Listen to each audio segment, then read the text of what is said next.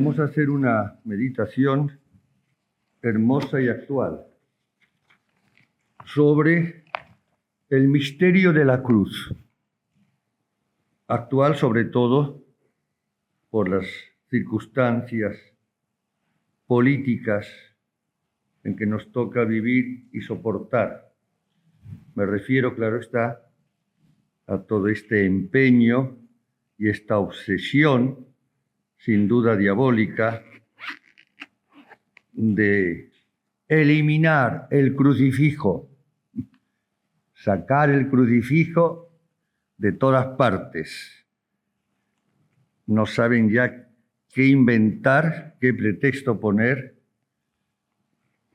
para sacar este signo, que además de ser el centro de la religión cristiana, es algo tan inmerso en la cultura, tanto europea como americana, que es prácticamente imposible y no lo van a conseguir.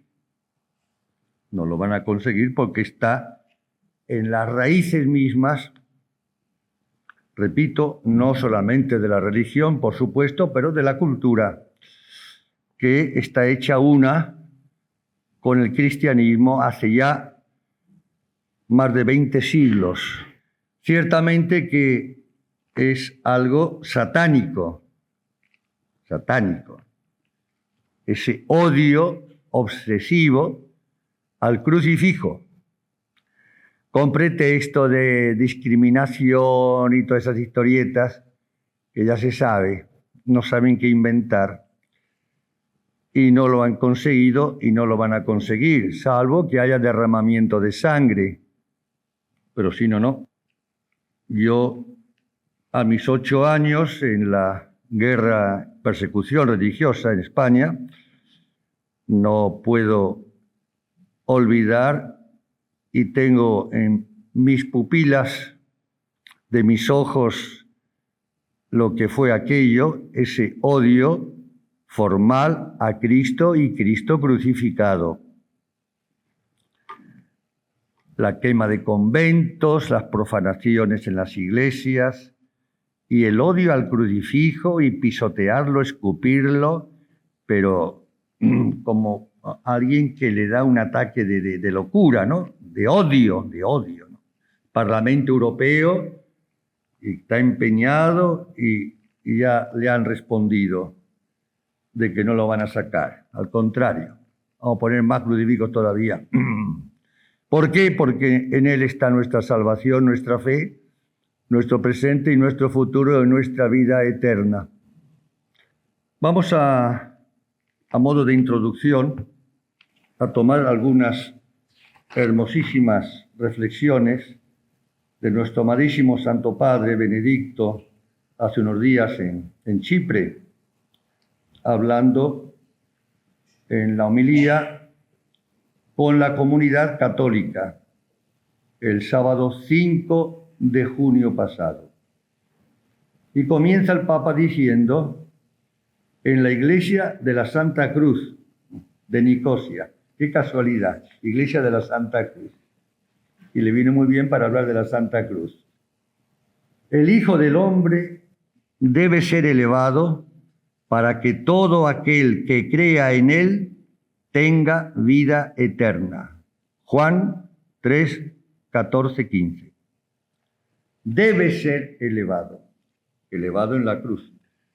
Hay una palabra en el original griego que dice exaltado en la cruz. Y esa misma palabra, exaltado, es la que se emplea para expresar que un nuevo rey ha sido exaltado en el trono, sucediendo, por supuesto, al rey anterior que muere. Viene un nuevo rey y hay una ceremonia de la exaltación del rey al trono de la realeza.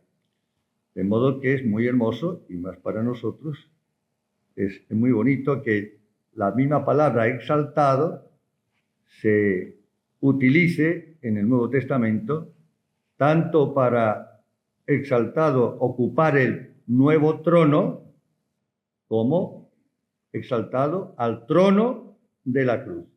Porque misteriosa y paradójicamente Cristo reina, como dice la Escritura, desde el madero.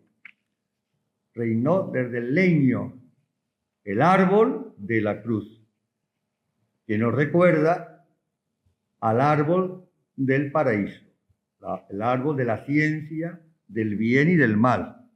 Aquel árbol que fue para el género humano la ocasión, no la causa, la ocasión del pecado original, ahora Cristo, nuestro divino Salvador y Rey, viene también a establecer, por así decirlo, un nuevo árbol, que es el árbol de la cruz.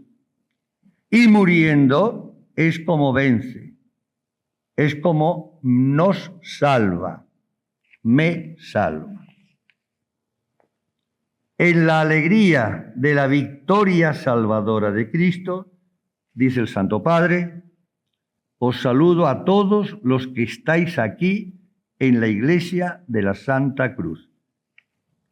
La atención de nuestra celebración hoy es la cruz de Cristo. Cuando se habla de la cruz, tenemos que tener mucho cuidado porque a veces inconscientemente uno se olvida del crucificado.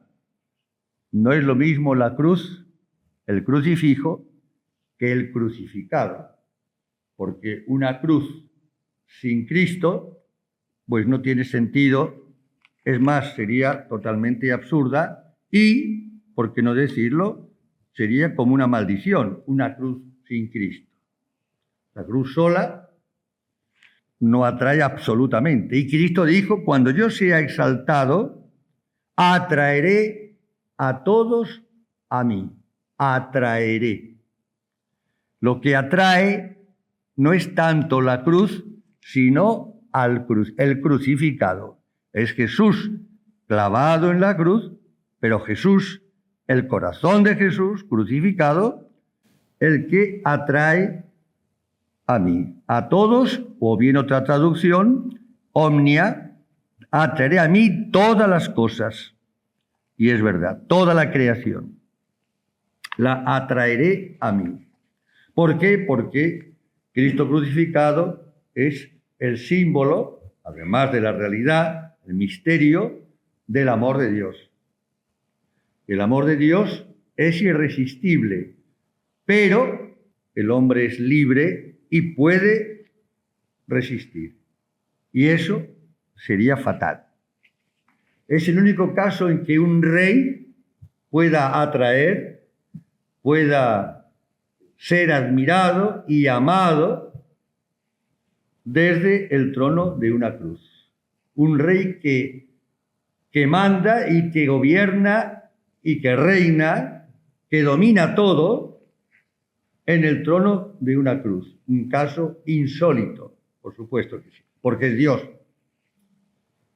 Muchos podrían estar tentados de preguntar, dice el Papa, ¿por qué nosotros los cristianos celebramos un instrumento de tortura, la cruz, un signo de sufrimiento, de derrota y de fracaso? Es verdad. La cruz en sí misma es esto, un instrumento de tortura, un signo de sufrimiento, de derrota, de fracaso, que es lo que creían los judíos. Cuando Cristo muere en la cruz, ellos habrán pensado enseguida, por fin, se acabó esta historia de este hombre que creía que era Dios y que era rey, se acabó, ya está, se acabó el cristianismo y se terminó, por fin se terminó. No se terminó, ahora empieza. o pocas horas después, Jesús aparece resucitado, la paz esté con vosotros. Es cierto, dice el Papa, que la cruz expresa todas estas cosas.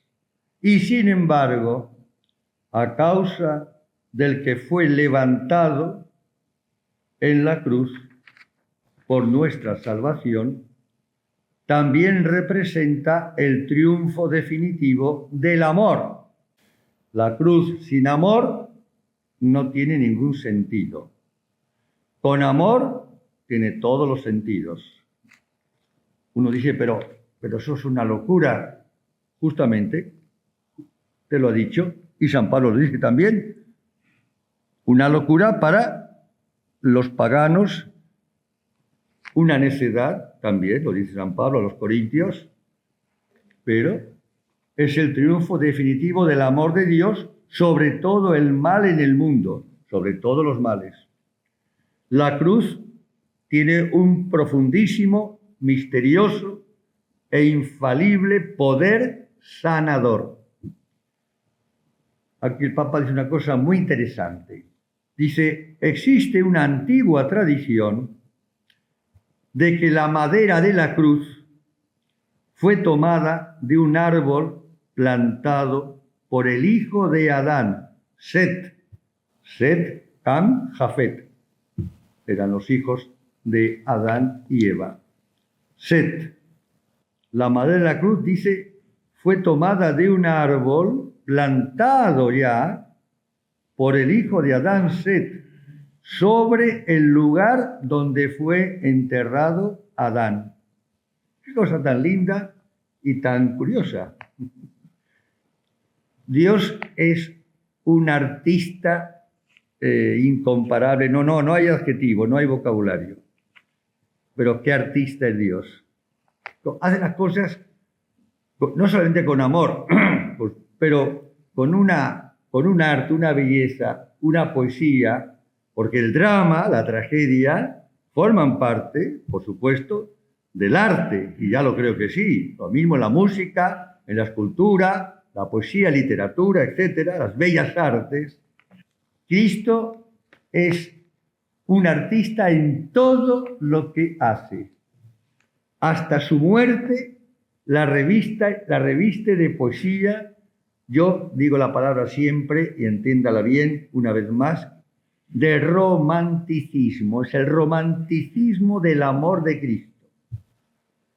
En ese mismo lugar donde fue enterrado Adán, conocido como el Gólgota, el lugar de la calavera, Set plantó una semilla del árbol del conocimiento del bien y del mal, el árbol que estaba en medio del jardín del Edén. ¿Veis? Decíamos hace un instante, el romanticismo, la poesía, la belleza, el arte, que Cristo muere al lado, pegado a un jardín, que es donde Magdalena se lo encuentra el día de Pascua, en un jardín. Qué cosa tan hermosa, ¿no? Cuando uno lee el Cantar de los Cantares, enseguida el jardín, el huerto florido, Jesús que se apacienta el amado entre azucenas, la muerte, el amor, el drama, la locura de la cruz, etcétera, el aspecto nupcial de la encarnación, de la redención. Esto es una cosa tan hermosa que uno se encuentra impotente de poder mínimamente abarcarlo, pero si uno lo siente, lo presiente, parece que lo rasguña, lo intuye, algo de eso, uno lo transporta, es lógico, ¿no? Tenemos que no ser cortos de vista. Qué cosa tan hermosa de Cristo crucificado, no a los sentidos, no. Los crucificados eran terribles, era una tortura, y morían a los gritos y blasfemando y como locos porque se desangraban, en una cosa realmente de salvajes, ¿no? Pero el amor de Cristo todo lo transforma en poesía. Para quien sabe ver, para quien sabe entender, para quien sabe gustar, para quien sabe cómo adivinar, presentir algo de este misterio inefable. A través de la providencia de Dios, ahora escuchad esto, la obra del maligno de Satanás se deshace volviendo sus propias armas contra él. Aquí está la gran paradoja. Cristo muriendo en la cruz, que es el signo de la derrota, del fracaso, es como vence y derrota a Satanás.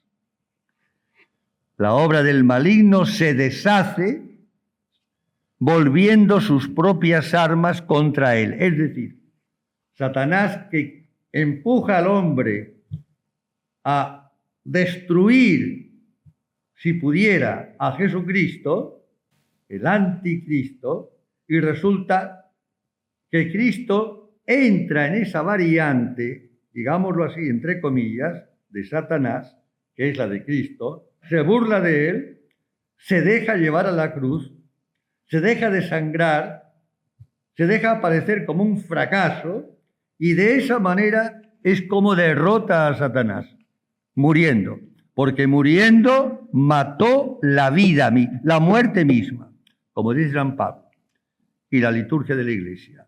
Muriendo mató a la muerte. La muerte, consecuencia del pecado, triunfo momentáneo del diablo, y sin embargo Cristo, dejándose morir. Nadie me quita la vida, decía Jesús, yo la entrego porque quiero, porque amo. Dejándose morir, repito, es como mata a la muerte y vence. El diablo, por más era muy inteligente como un ángel que era, no podría jamás imaginar que sería derrotado de una manera tan burda, entre comillas o sin comillas, que mediante el instrumento que él mismo, en su odio, había elegido para eliminar a Cristo de una vez por todas. Seducido por la serpiente, Adán había abandonado su confianza filial en Dios y pecó comiendo del fruto del árbol del jardín que estaba prohibido para él. ¿Y por qué le prohibió Dios a Adán y a Eva comer del árbol? Porque le dio la gana. Se lo prohibió, porque los quiso poner a prueba. Tiene todos los derechos.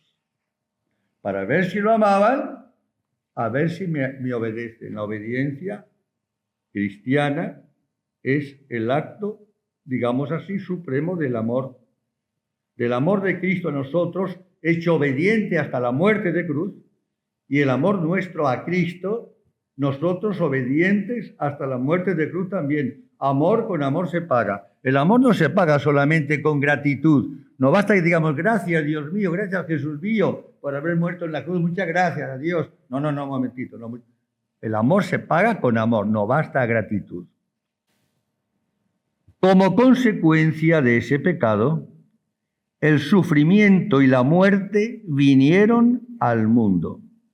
Los trágicos efectos del pecado, el sufrimiento y la muerte, eran demasiado evidentes en la historia de los descendientes de Adán. Podríamos decir, debemos decir, que hay tres grandes males, efectos, consecuencias del pecado original: la soledad, el sufrimiento y la muerte. Eso es así. Y no hace falta demostrarlo. La soledad, el sufrimiento y la muerte. ¿Y cuál es el peor de los tres, padre? Para mí, la soledad.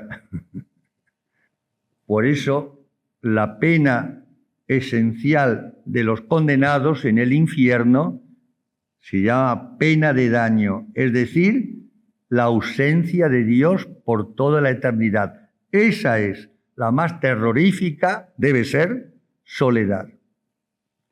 Porque el hombre, creado a imagen y semejanza de Dios, siente en la sangre de sus venas, sentimos un deseo irrefrenable de felicidad, de amor, de bien, de verdad, de belleza, de plenitud, de cariño.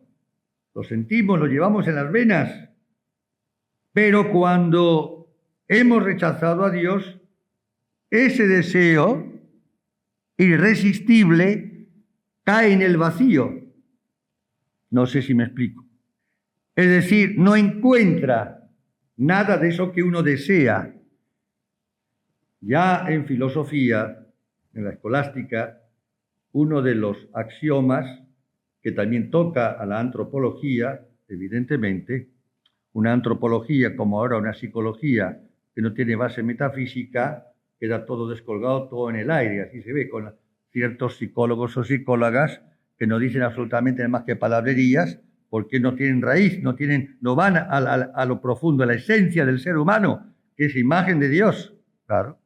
¿Y por qué digo esto? Justamente porque aquí se produce una verdadera pena de daño, ya en este mundo. Ya en este mundo ya comienza para muchos, desgraciadamente, el infierno. Después continúa por toda la eternidad, sí, después de la muerte, pero ya en este mundo el pecado es justamente esa soledad y esa contradicción dentro del corazón humano. Por una parte, un deseo, repito, irrefrenable, irresistible, de amor, de felicidad, de gozo, de alegría, etcétera, etcétera, de todos los bienes, de plenitud. Y por otra parte, no lo puedo conseguir porque he rechazado a Dios, que es la condición. Y entonces se produce en el hombre, en el interior del hombre, de la mujer, esa división, esa confrontación y esa pena de daño, digámoslo ya, por anticipado. Así como están las bienaventuranzas, también Jesús habló de las malaventuranzas. La malaventuranza es el pecado. Entonces, esto quiere decir que lo que no pudo conseguir, digámoslo así, el árbol de la ciencia del bien y del mal en el paraíso, por culpa del hombre y de la mujer, Cristo en su infinita misericordia viene a plantar otro árbol, el árbol, su árbol de la cruz, de su cruz, y así como Adán y Eva, comiendo del fruto del árbol prohibido, se le abren los ojos del entendimiento y a Adán, y se dan cuenta que están desnudos y tienen miedo a Dios y se esconden, y comienza ya la desventura, por más que Dios los perdona, es cierto, pero también es cierto que los expulsa del paraíso, y después toda la secuela, la soledad, el sufrimiento y la muerte. Pues bien, en otro árbol, el árbol de la cruz, comiendo de ese fruto que cuelga de la cruz, que es Jesucristo, y lo comemos en la Eucaristía, bajo especie de pan y vino, comiendo la carne y la sangre de Cristo, de ese fruto colgado de este nuevo árbol, es como se nos abren de verdad los ojos de nuestro entendimiento, los ojos de la fe, y somos salvados y comenzamos ya a gustar el fruto bendito de tu vientre, decimos, refiriéndonos a la Santísima Virgen, fruto bendito de tu vientre, en la salve, oh clementísima, oh piadosa, el fruto este es el que nos da la salvación, pero este fruto, para comerlo, hay que subir al árbol, hay que ir al árbol de la cruz. Aquí tenemos entonces la paradoja y la obra de arte. No tenemos que quedarnos solamente en el aspecto ético o moral, por supuesto, pero no basta. Dios nos salva, pero no de cualquier manera. Nos salva con un arte, con una belleza, haciendo una sinfonía, haciendo una cosa espectacular. Ahora sí que lo digo, esa palabra que está de moda, espectacular. Aquí sí que hay que decir espectacular.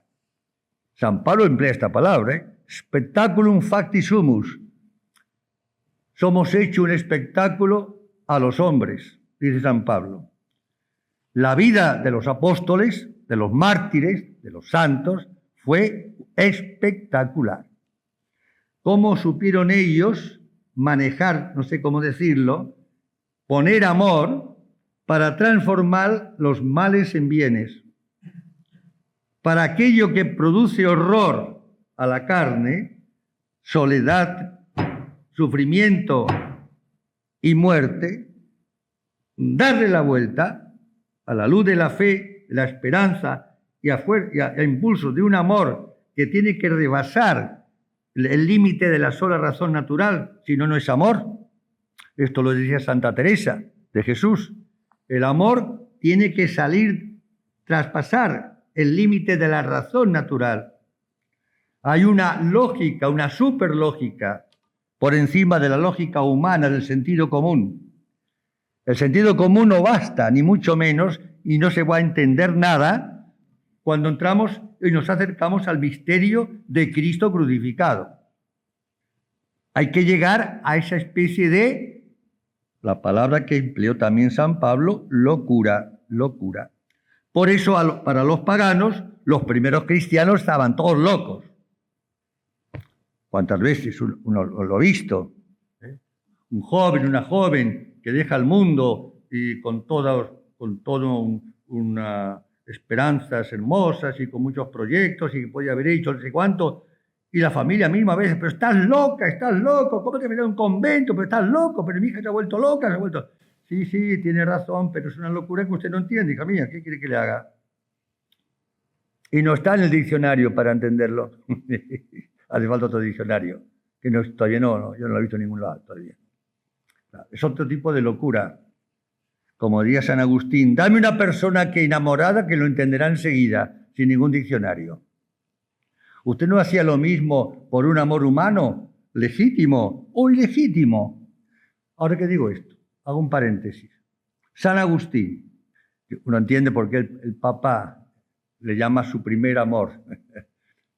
San Agustín dice, y es cierto, pero a ver si yo lo sé decir en dos palabras, para que no me entiendan mal, que incluso en el pecado, cualquiera que sea, hay algo bueno, cuidado, no en el pecado como ofensa a Dios, no, pero desde el punto de vista psicológico, lo que dije hace un momento, de ese deseo irrefrenable que tiene el ser humano, porque el hombre busca la felicidad, todos buscamos la felicidad. El que dice que no la busca, o está bromeando o está enfermo de la cabeza, porque es algo innato, congénito. Todos buscamos la felicidad. Y dice San Agustín, incluso en el pecado, lo malo es la desviación, pero lo bueno es que aun en el pecado uno busca un bien, busca la felicidad, que es un bien, pero la busca mal, no por los caminos que Dios ha trazado. Eso es el mal. Por eso cuando la serpiente dice a Adán y Eva en el paraíso, seréis como Dios, esta fue una verdad como un templo, como una casa. El pecado original no consiste en querer ser como Dios. La serpiente dijo una verdad fantástica. Pero el pecado está... ¿Por qué digo esto? Porque si Dios nos crea a su imagen y semejanza, necesariamente yo quiero que ser semejante a Dios. Si soy semejante a Dios por naturaleza. Lo semejante, dice la filosofía, tiende a lo semejante. Claro, es una tendencia innata. Seréis como Dios. Y Cristo repitió casi textualmente esas mismas palabras del diablo, pero en otro contexto. en el contexto de la redención. Ah, por supuesto. No así ser Dios y ya está. No, un momentito. Hay que pagar un precio muy alto, que es la cruz. Eso sí. Pero ser como Dios sí. El pecado original, repito, no fue querer ser como Dios. Porque el mismo Dios al crearnos, vuelvo a repetir, ya pone en nuestro corazón el deseo de ser como Él, no igual a Él. El cómo es semejante, no es identidad. El pecado está en querer ser como Dios por mis propios medios, por mis propias fuerzas, sin contar con la gracia de Dios, sin contar con la gracia de Cristo. Ahí está el pecado. Pero el querer ser como Dios, eso no lo podemos evitar. Por eso el hombre no se resiste a la muerte. Es decir, no que la puede evitar, no, que más quisiera. No es eso lo que digo, sino que él siempre imagina, es la fantasía. Yo a veces me río y por no llorar también, ¿no? Cuando a veces escucho por ahí hablar de la fantasía. Y la fantasía hace que el hombre sueñe que de alguna manera después va a resucitar, en fin, que no me voy a morir para siempre. La reencarnación de los espíritus, cualquier religión es buena para un poco, y es que eso es así. El hombre siente esa sed de inmortalidad. Ese fue uno de los dones preternaturales con que Dios adornó a nuestros primeros padres y lo perdieron por su culpa, por el pecado. Después recuperaron la gracia por Jesucristo, sí, pero no los dones preternaturales. Entonces, el sufrimiento y la muerte, con esa soledad, eso ya es ley de vida en esta vida. Después en la otra, ya sabemos, cielo o infierno. Elija o tache lo que no conviene. Como las encuestas, tache lo que no conviene. ¿Usted quiere ir al infierno? No tengo ningún interés de ir al infierno. Ahora escuchad esto, porque, como he dicho muchas veces, que a veces me hacen enojar, porque hay una moda dentro de nuestra amadísima iglesia.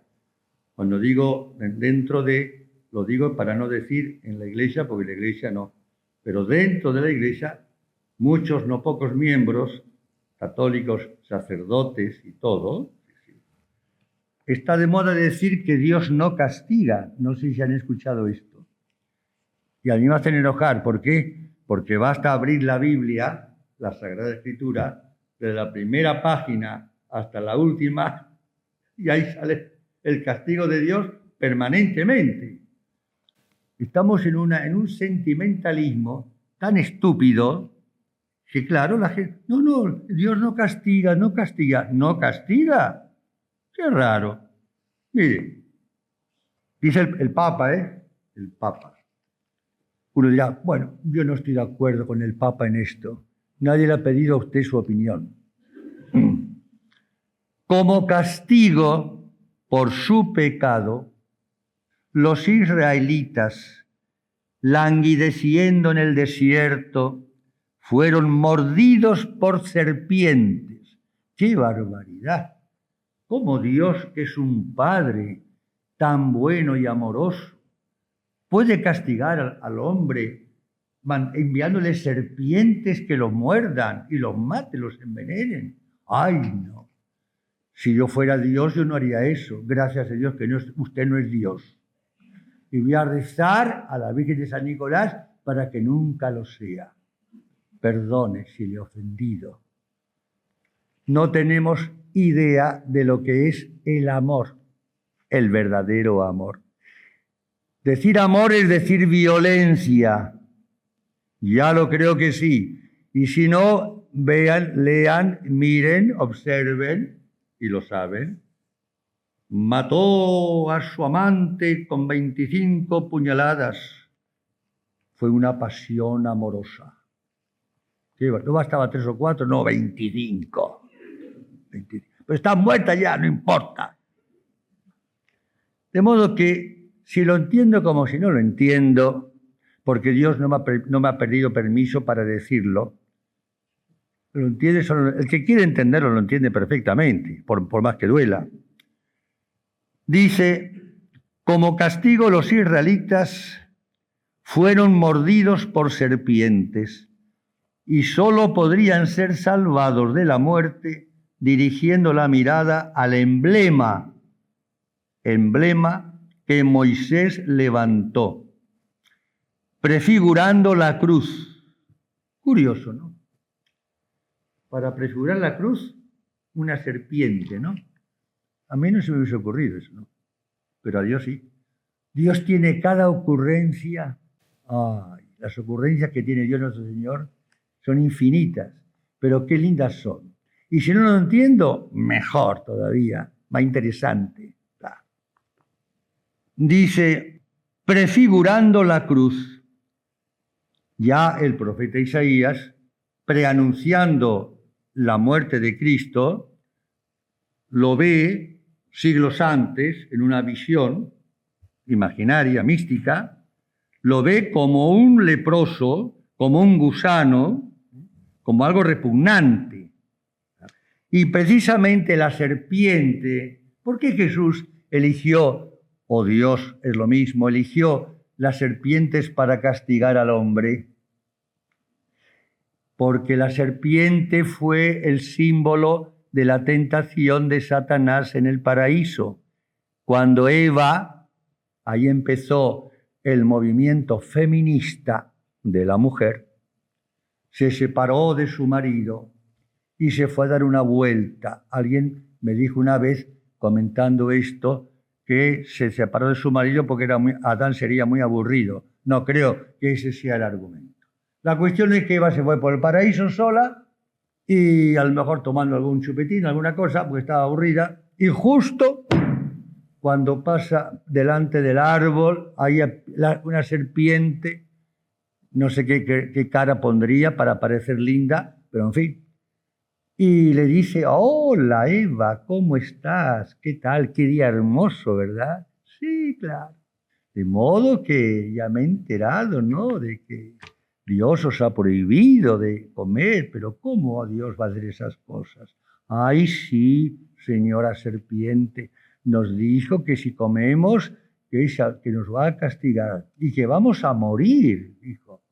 Pero no, le dice la serpiente, pero no, qué manera de dramatizar las cosas, no, que vais a morir. Pasa que Dios sabe que si coméis vais a ser igual a Él y Él no quiere, Él es muy celoso. Fíjense, entre paréntesis, fuera de las bromas, que no son bromas, porque es un drama terrible y pagamos las consecuencias. Los dioses de los paganos no se acercaban nunca a los hombres. ¿Sabían esto? En el paganismo, una de las diferencias con el cristianismo, es esta. Los dioses nunca se acercaban al hombre. Quedaban siempre arriba de todo, es decir, la imaginación de cada uno, como una cosa tan alta, tan trascendente, que no les importaba nada de los humanos. El cristianismo es todo lo contrario. El Verbo se hace hombre, se hace niño en la cunita de Belén, el niñito Jesús, y muere en la cruz con los brazos abiertos. Todo lo contrario de los dioses falsos del paganismo. Entonces, contra aquella serpiente, causa del mal en el paraíso, les manda serpientes para castigarlos por sus pecados a los israelitas. Pero ¿qué pasa? Entonces le dijo a Moisés, cuando Moisés se le fue a quejar, Señor, hay serpientes venenosas, estamos muriendo. Y le dijo, bueno, haz una serpiente de bronce en un palo bien alta y ponla en el centro, del medio del pueblo, en el desierto. Y todo aquel o aquella que mire a la serpiente de bronce, automáticamente quedará curada de las picaduras. La serpiente de bronce, símbolo de Cristo crucificado. Una serpiente salvadora, igual que antes, paradoja, contra la primera serpiente, causa del pecado y de la muerte. Es lindo todo esto, ¿no? A mí me encanta. Una de las cosas las cosas que más me molestan, ¿saben cuál es? Tener que dormir. Que se pierde el tiempo ahí durmiendo. ¿Para qué? Hay una cantidad de maravillas que uno se pierde y uno no tiene tiempo de meditar cosas tan hermosas. ¿Qué le vamos a hacer? Bueno, cierro el paréntesis. Dice, fueron mordidos por serpientes y solo podrían ser salvados de la muerte, dirigiendo la mirada al emblema que Moisés levantó, prefigurando la cruz que pondría fin al pecado y a la muerte de una vez por todas. Sí, pero todos tenemos que morir. Sí, pero la muerte es algo puramente fugaz y pasajero y nada más. La resurrección está garantizada, cumpliendo las condiciones, por supuesto.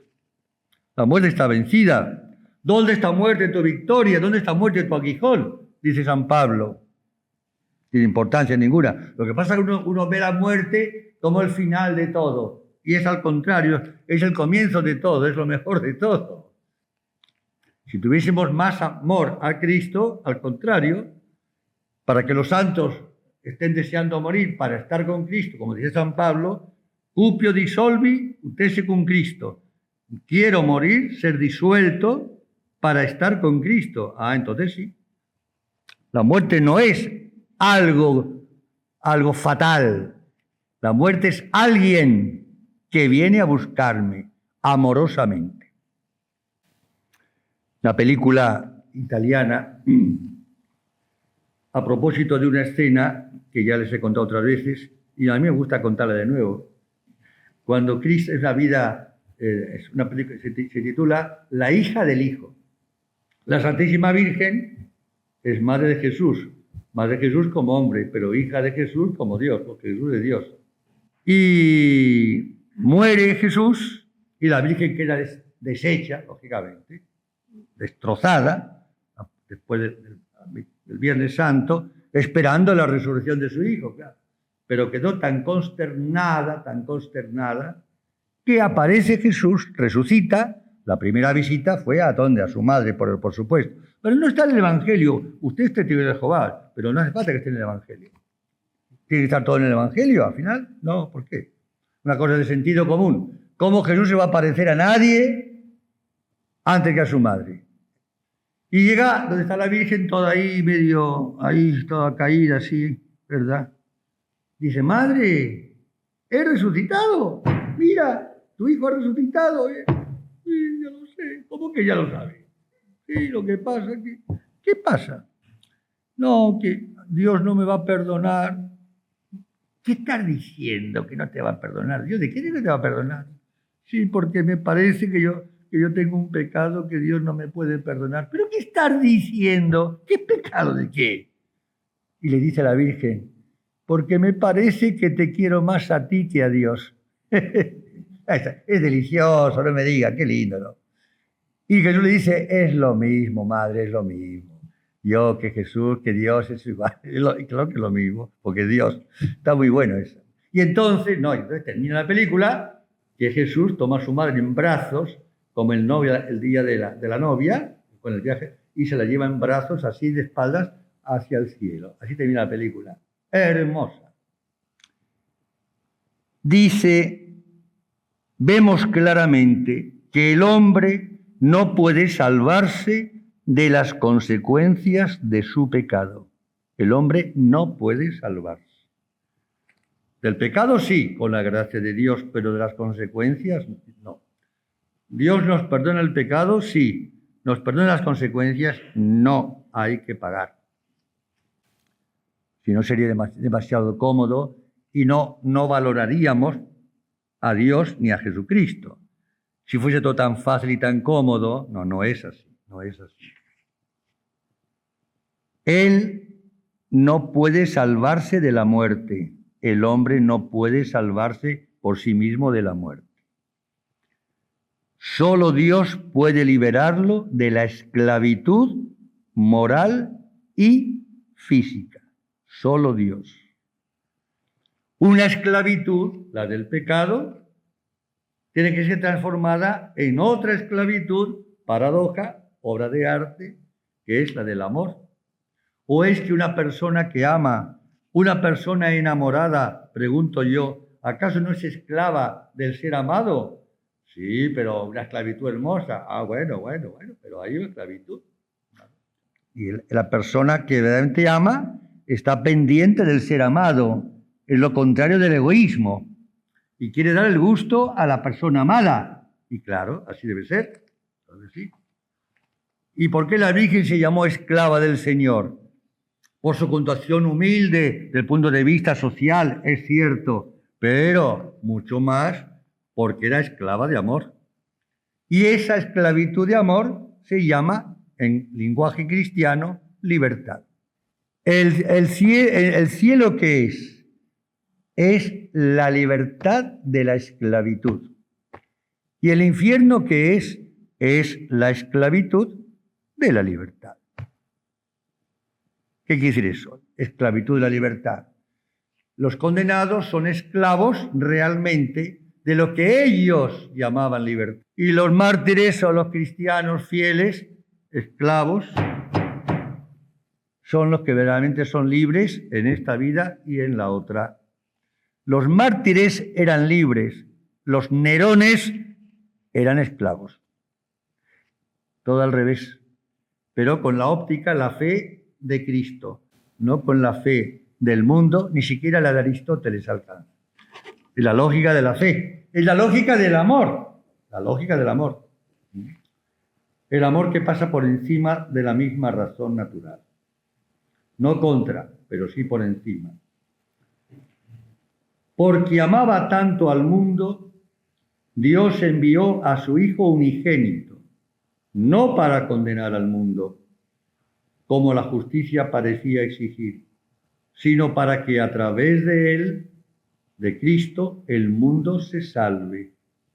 El Hijo unigénito de Dios tenía que ser levantado, exaltado, entronizado, como Moisés levantó la serpiente en el desierto, para que todos los que le miraran con fe, tuvieran vida. La madera de la cruz se convirtió en el vehículo para nuestra redención, así como el árbol del que estaba formado había ocasionado la caída de nuestros primeros padres. El sufrimiento y la muerte, que habían sido una consecuencia del pecado, se convirtieron en el mismo medio por el cual el pecado fue vencido. Qué bien lo hace el Señor todo, qué artista es, con qué facilidad desbarata todo lo que hace Satanás, pero además con un arte que da gusto. La madera de la cruz se convirtió en el vehículo para nuestra redención. El inocente Cordero fue inmolado en el altar de la cruz y, sin embargo, de la inmolación de la víctima surgió adelante una nueva vida, una nueva vida. Esta es la novedad. El amor, hemos dicho, es violencia, sí, pero es plenitud y por consiguiente es novedad, es novedad. Los que se aman nunca se aburren, no se preocupen. No se preocupen que no se aman, basta que estén juntos. Ahora necesitan muchas cosas porque no se aburren. Un cristiano que se aburre, eso sí que eso es un bicho raro, otra cosa de lo más chusca, una cosa más rara, ¿no? Que hay unas caras de aburridos y aburridos por ahí que hay, Dios mío de mi vida. Dice, el poder del mal fue destruido por el poder del amor. El amor es fuerte y muchísimo, infinitamente más fuerte que la muerte. La muerte delante de una persona que ama se va como un soplo, desaparece. Para nada. Iban cantando los cristianos a las fieras en el Coliseo. Ante las fieras iban cantando. Y Nerón se asustaba y decía, están cantando. Estúpido, usted no entiende nada. Claro, porque le daban el pasaporte para el cielo directamente. Los mártires no van al purgatorio, por más pecados que hayan cometido en la vida pasada. El martirio borra todos los pecados. Rezar a un mártir, decía San Agustín, es ofenderle. Hay que rezar, rezar por un mártir, por un mártir es ofenderle. Hay que rezar a un mártir, eso sí. Porque el martirio, la muerte, es el supremo acto de amor. Cristo nos da ejemplo. El mal fue destruido por el poder del amor que se sacrifica a sí mismo. Por tanto, dice el Papa, la cruz es algo mucho más grande y más misterioso de lo que parece a primera vista. Aquí tengo que parar porque se va el tiempo, pero lo tenéis a vuestra disposición, supongo, hermosísima homilía y todas. Pero las cosas de Dios hay que verlas, mirarlas y no quedarnos con una primera ojeada, una primera vista, no. Hay que hacer una segunda vista y una tercera vista y una cuarta vista para llegar al núcleo, es decir, al misterio, Bien, y a modo de resumen, de recapitulación, en 3 palabras, digamos que este misterio de la cruz, de Cristo crucificado, del crucifijo, la cruz es símbolo de amor, de justicia y de victoria. Dicho rápidamente en 3 palabras. Símbolo de amor, de justicia, con mayúsculas, y de victoria. De amor ya está dicho. No hay amor más grande, dice Cristo, que dar la vida por los amigos. ¿Cuánto más si es Cristo el que da la vida por nosotros y nosotros tenemos que dar la vida por Él? Ya que tenemos que sufrir, suframos mereciendo no solamente el cielo, por supuesto, sino mereciendo que el amor de Jesús. Yo, lo primero de todo, para aceptar la cruz, no es salvarme. Por supuesto que sí, pero en la intención, lo primero de todo es retribuir a Jesús todo lo que Él me ha dado, dejándose matar y torturar por mí en la cruz. Toda su vida fue un calvario, desde Belén hasta el Calvario. Es el símbolo del amor. Tanto del amor de Dios a nosotros, enviando a su Hijo a la cruz, como de nuestro amor a Él, por medio también de Jesucristo en la cruz. Aceptando mi cruz de cada día hasta la muerte, es como yo tengo que demostrar a Jesús lo que le amo, y todavía me quedo siempre muy corto, sobre todo comparado con su amor, lógicamente, que es infinito. Segundo, símbolo, la cruz es símbolo de justicia. Cuidado con esto, porque al decir justicia con mayúscula, nos estamos refiriendo a la justicia divina en primer lugar, también a la justicia humana en segundo lugar, pero empecemos por el primero. ¿Por qué la justicia de Dios en primer lugar? Porque Dios es justo, infinitamente justo. Justo equivale a santo y por consiguiente tiene que cumplirse toda justicia, es decir, las exigencias de su justicia, que es su misma santidad. Y fijaos cómo el mismo Jesús emplea este término, por ejemplo, en el Jordán, cuando San Juan Bautista está bautizando, el bautismo de penitencia, no el bautismo sacramento. Y llega Jesús, el Mesías, para ser bautizado. Juan Bautista, por revelación interna de Dios, en ese instante, Dios le hace entender que este hombre, Jesús de Nazaret, que tiene presente para que lo bautice, es el Mesías. Y Juan Bautista se echa a temblar, imaginemos, y le dice: pero Señor, ¿pero qué estás haciendo? ¿Cómo te voy a bautizar? Yo soy el que tengo que ser bautizado por ti, no lo voy a consentir. Para un poco, Juan, no te pongas así. Así nos conviene a ti y a mí cumplir toda justicia. Es decir, el plan de mi Padre. ¿Ven la reacción? Nos conviene cumplir toda justicia. ¿Ven cómo Jesús viene a trastornarlo todo? Es lindo esto. Es decir, si nadie se molesta porque emplee esta palabra, la empleo expresamente y paradójicamente la palabra revolución. Hay un sentido muy hermoso. Y si decimos que el cristianismo fue la verdadera y maravillosa y auténtica revolución, y que Cristo vino a revolucionar, es decir, a echar por tierra todo el paganismo y todas las obras de Satanás, y por supuesto, lo lógico es que Cristo bautice a Juan. Pues no. Lo lógico aquí es que Juan, la criatura, bautice al Creador. Así hay que cumplir toda justicia. Es una exigencia de la justicia, de la santidad, de la voluntad, del plan de mi Padre.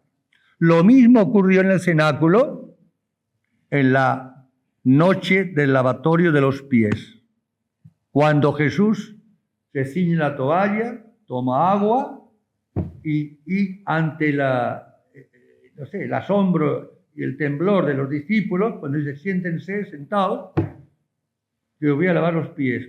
Y cuando llega Pedro, otro espectáculo, Pedro siempre. Pero Señor, pero estás loco, pero no de ninguna manera. A mí no me vas a lavar los pies.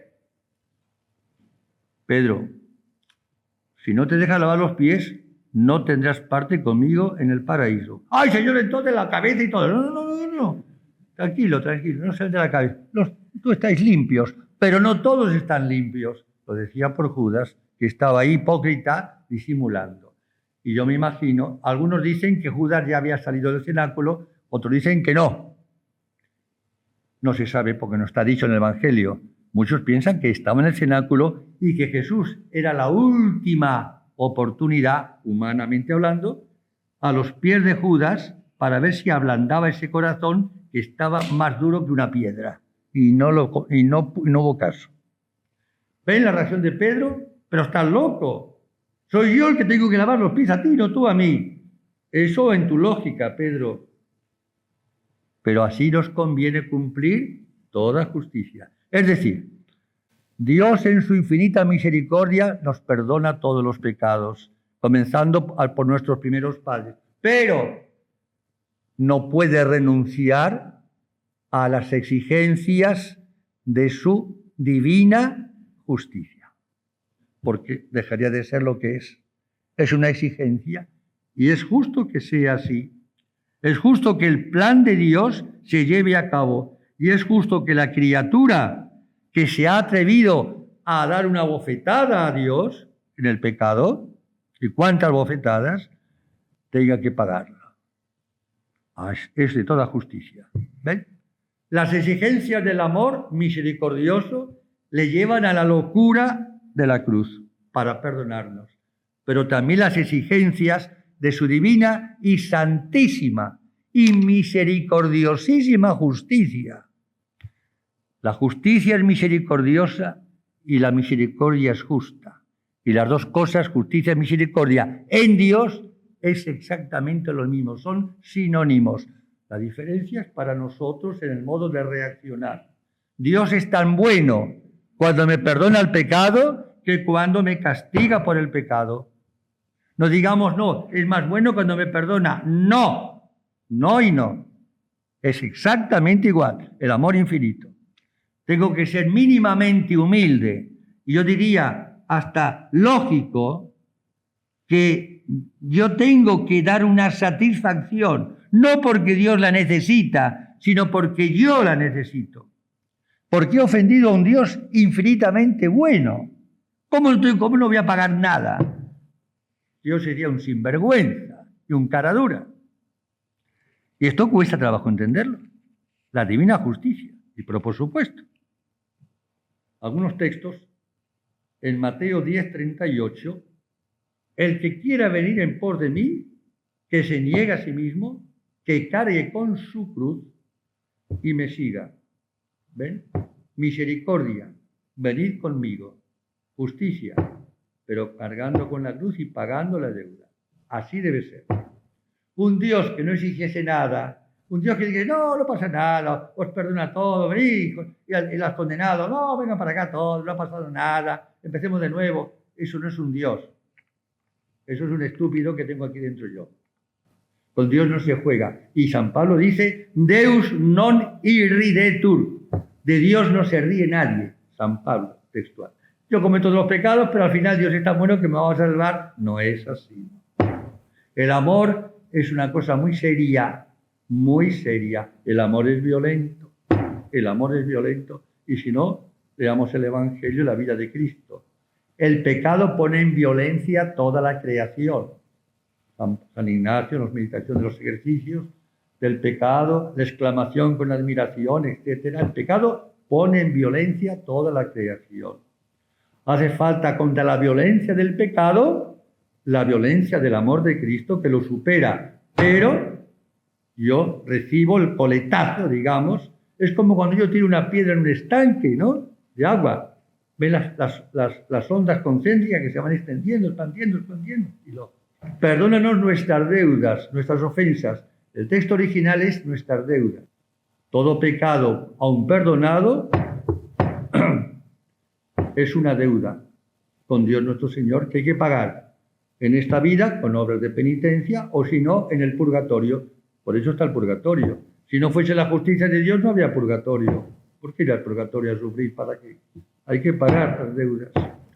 Y Pedro tiene toda la contabilidad sin computadora. Usted debe tanto. Así que al purgatorio. Pero yo he muerto en gracia. Pedro, sí, bueno, pero usted debe todo esto. Ah, tiene razón. Mateo 16, 24.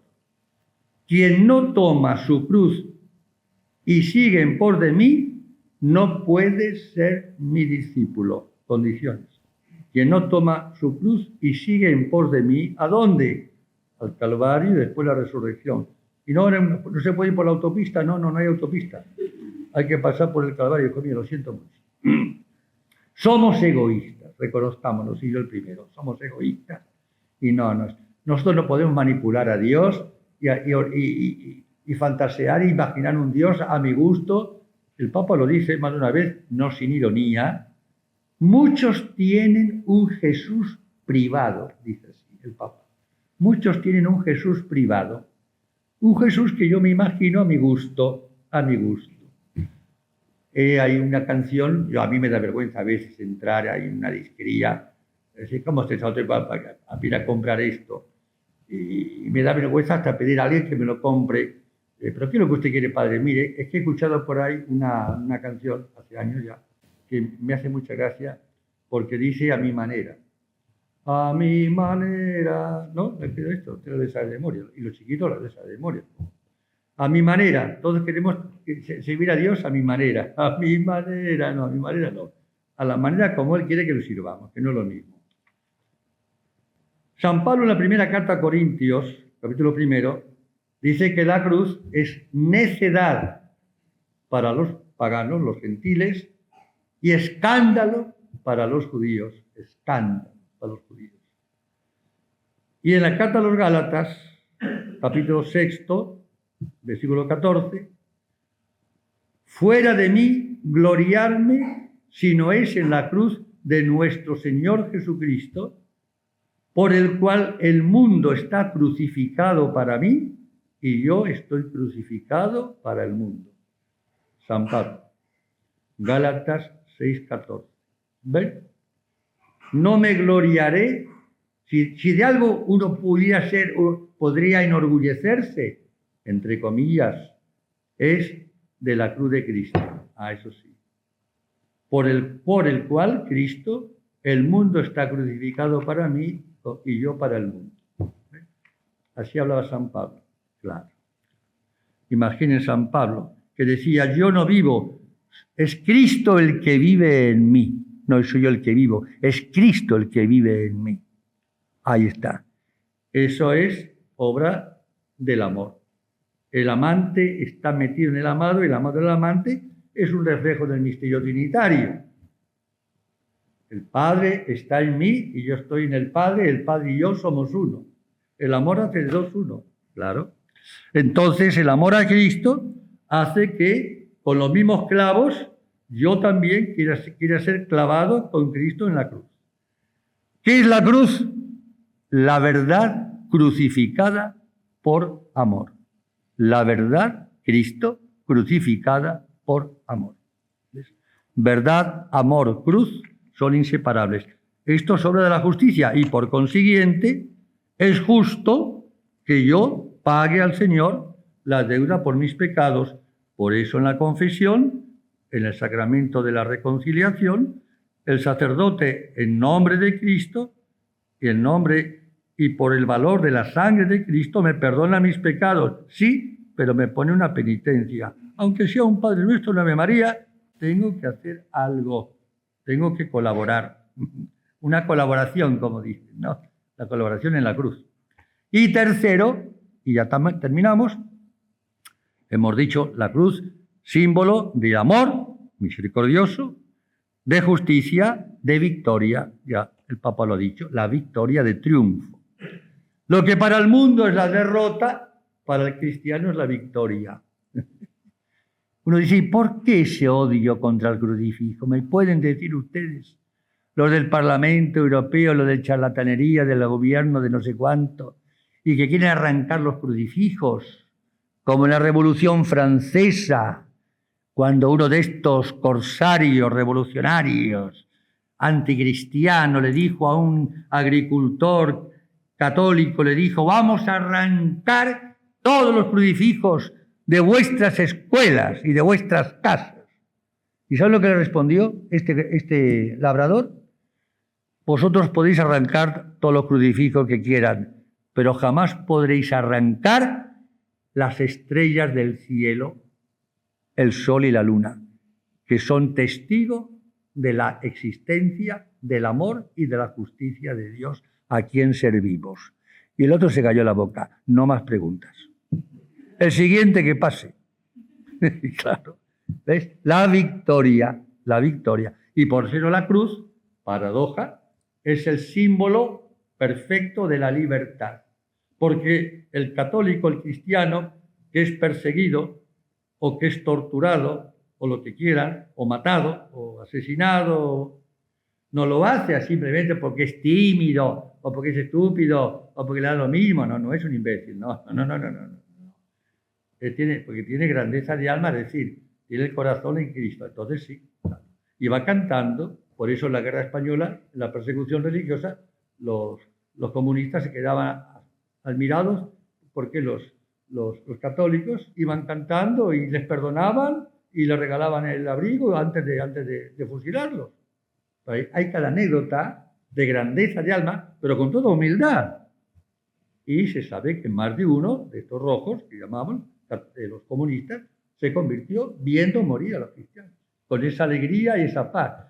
Que uno esté loco, 2, 3 o 4, 10, 20, 30, 50, 10, es comprensible, pero no me digan que 2000 años de cristianismo, que todos estemos todos locos, todos no puede ser, hijo mío.